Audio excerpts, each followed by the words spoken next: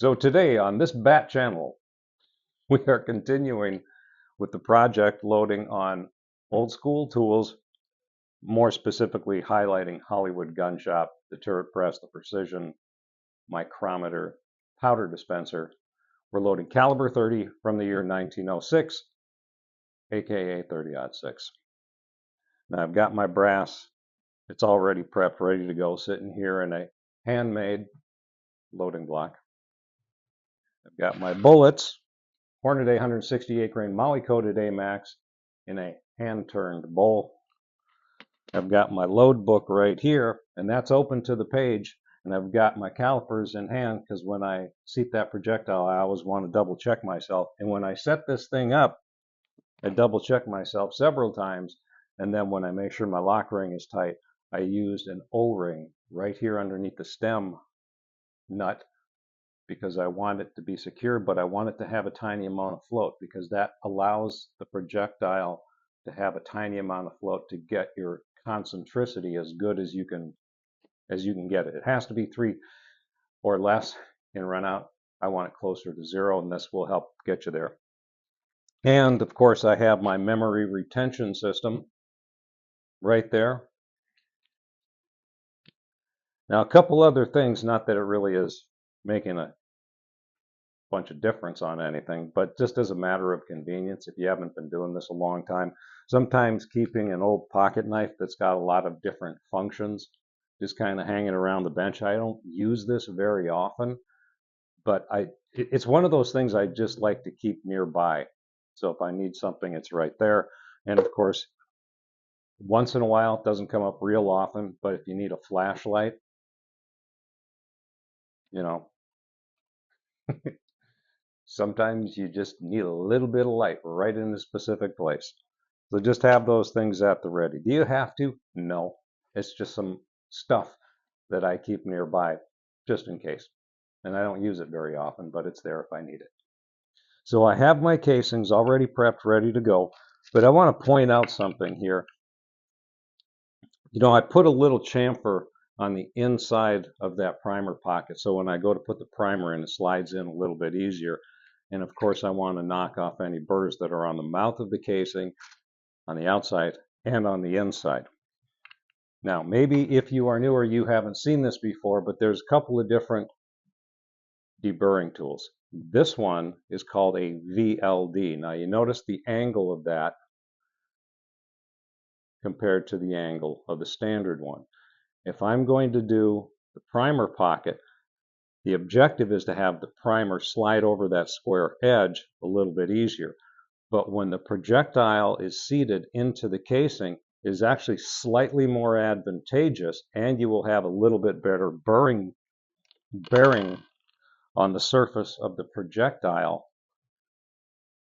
as it seats into the mouth of the casing. Now, we're not concerned with this, obviously. That's the ogive that's sticking out of the case. But if you have an angle of a chamfer that was like this versus like that, you've increased the surface area.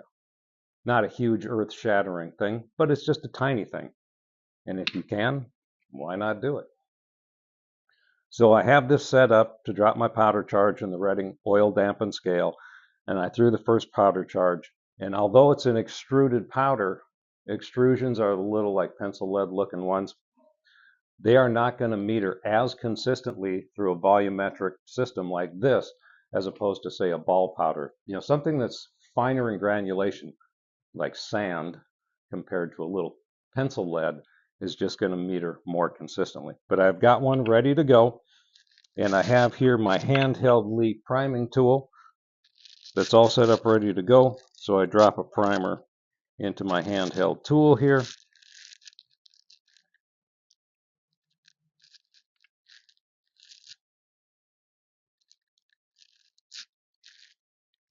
Not that one, it got smushed. You know, that's the thing. You come across something like that. I was putting the primer into the little recess, and for whatever reason, this one is slightly out of round, and it wasn't just dropping right in. Now, I can play with that and maybe make it work, but forget it. I'm not going to play with it. I set it aside, I grab another primer, and I just move forward. So I slide this in, I'm going to give it a little squeeze. Now I turn this 180 degrees and I do it again because I want this thing seated well below flush. It has to be below flush, at least 1,000th. I'm shooting for 3. That's kind of my number. So here now I've got my aluminum funnel.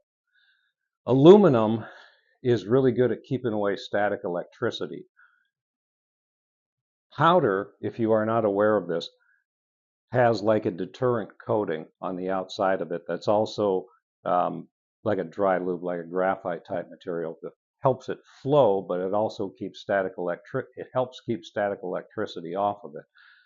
Now, when it comes to stuff like this, if you're using plastic, and a lot of the hoppers here that you have these days are not going to be made of Pyrex like this one. A lot of the old plastic powder hopper tubes that are made of plastic, as time goes on, they discolor. You can't see through them after a while. You can't see very clearly what powder level you're at inside that tube. Now, I have personally replaced a lot of mine with Dramworks WORX Pyrex hoppers. Ward can make you one for just about any dispenser that exists on the planet. Pyrex will never discolor. It doesn't attract static electricity. And he can make it with this little collar here that goes onto the top of the dispenser at a very precise fit. It's a wonderful thing. Anyway, so I've got this funnel at the bottom of it now. It's on a slight taper, so it drops onto the mouth of the casing here beautifully with no issues. I threw a powder charge and this oil dampened scale. It takes a moment to settle down, but even with an extruded powder, I mean, I'm spot on right there. So happy. Now, if I wasn't, if I was a little bit low, I've got a powder trickler here made by House, and all I would do is trickle up a little bit of powder into there to get it to the exact weight that I'm looking for. So I set a projectile on top of here, and I'm going to run this thing up. Now, I'm not going to run it all the way up.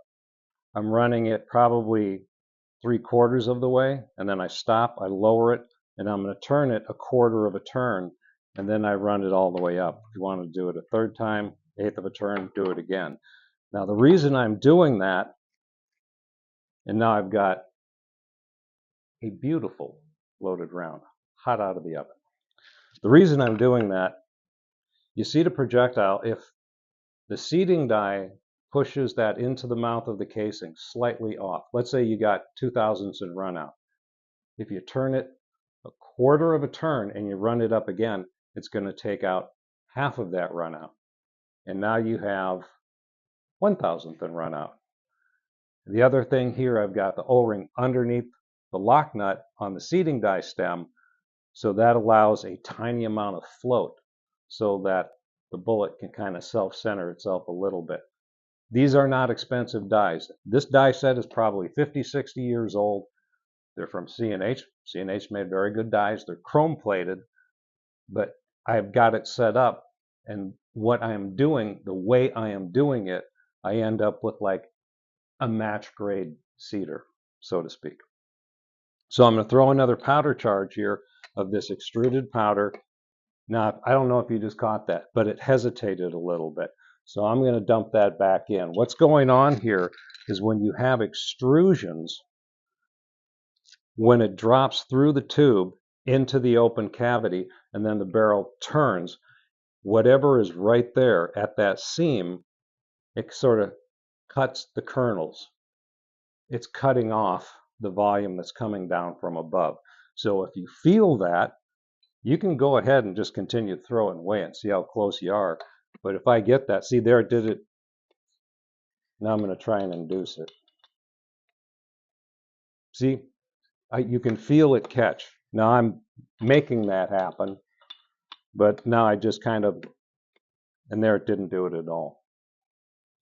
So as you learn to use a manual powder dispenser, the rate at which you do that, you will get to the point where you realize, okay, if I do it too fast, that's no good. If I do it too slow, it's going to cut every single time.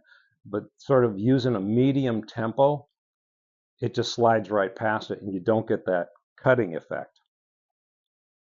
So this is settling down. Let me grab another casing here. And although they're actually prepped, chamfer the bottom so the primer will go in nice and smooth. I can do the inside and the outside of the mouth. Now again, if I wanted to do the inside to make that bearing surface a little bit easier, I'm going to put a small chamfer right there, but I'm not turning the mouth of the casing into a knife edge. All I'm doing is I'm just breaking the edge so that the projectile will slide over it much easier. So I go ahead and I grab my priming tool, drop a primer into there. And the Lee, again, it's got such a nice feel to it. It's just easy to use. And I turn this thing. Notice it's pointing away from my face, by the way. And I'm wearing glasses. Probably a good idea. Now this, remember, you set that on the table and it's not wiggling around. That tells me the primer is not high. And if I check that, because I've done this with this tool many times, that's going to be 3/1000ths below flush.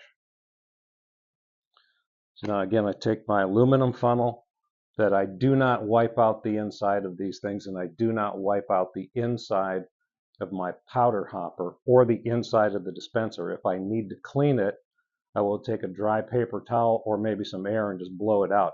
Powder on the outside of the granulations, they have sort of a deterrent coating, and there's like a dry lube, like a graphite type material that helps it flow, but it also helps keep static electricity off of the hopper, off of the powder dispenser, and off of your funnel. So don't wipe that black film off. Leave that on there. If you're using plastic and you've got that buildup that's happening there, you can take a dryer sheet or an anti-static spray and only do the outside. Don't do the inside. Leave the inside dry and leave it, quote, dirty. If you're getting a lot of black that's built up and you can't see through your hopper, plastic will etch. So you can call Ward at Dramworks. He makes Pyrex hoppers. Pyrex does not attract static electricity and it does not discolor. You can use these things forever and it's just not going to be an issue for you ever. I love those things. So again, drop a powder charge in here.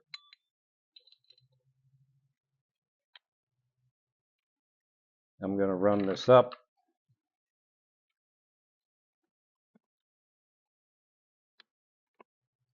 Quarter turn, run it again,